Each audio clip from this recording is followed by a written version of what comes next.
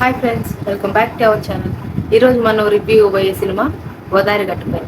మేం ఫేమస్ మూవీతో యూత్ ఆడియన్స్కి దగ్గరైన సుమంత్ ప్రభాస్ హీరోగా నటించిన ఈ మూవీ గోదావరి నేపథ్యంలో సాగే ఒక స్వచ్ఛమైన ప్రేమ కథగా రూపొందించింది.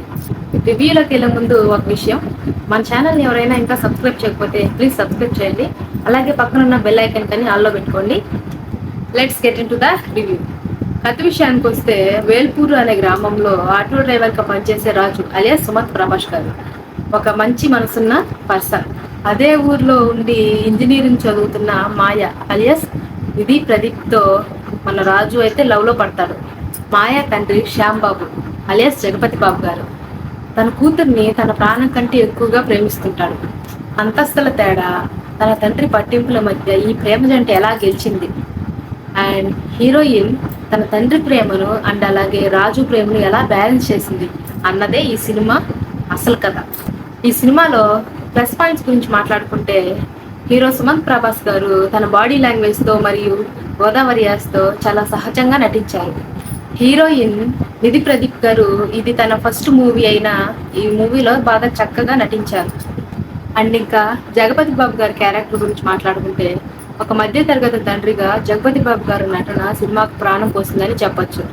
అండ్ అలాగే తండ్రి కూతుర్ల మధ్య వచ్చే ఎమోషనల్ సీన్స్ కూడా చాలా బాగా అనిపిస్తాయి. మ్యూజిక్ గురించి మాట్లాడుకుంటే, నాగవంశీ కృష్ణ గారు అందించిన సాంగ్స్ అండ్ అలాగే బ్యాక్గ్రౌండ్ మ్యూజిక్స్ చాలా బాగా వర్కౌట్ అయ్యాయని చెప్పొచ్చు. అండ్ అలాగే ముఖ్యంగా మెలోడీలు వినడానికి చాలా బాగున్నాయి. అండ్ ఇంకా ఈ సినిమాలో మైనస్ పాయింట్స్ గురించి మాట్లాడుకుంటే, ఈ సినిమా కథ కొంచెం రొటీన్గా అనిపిస్తుంది.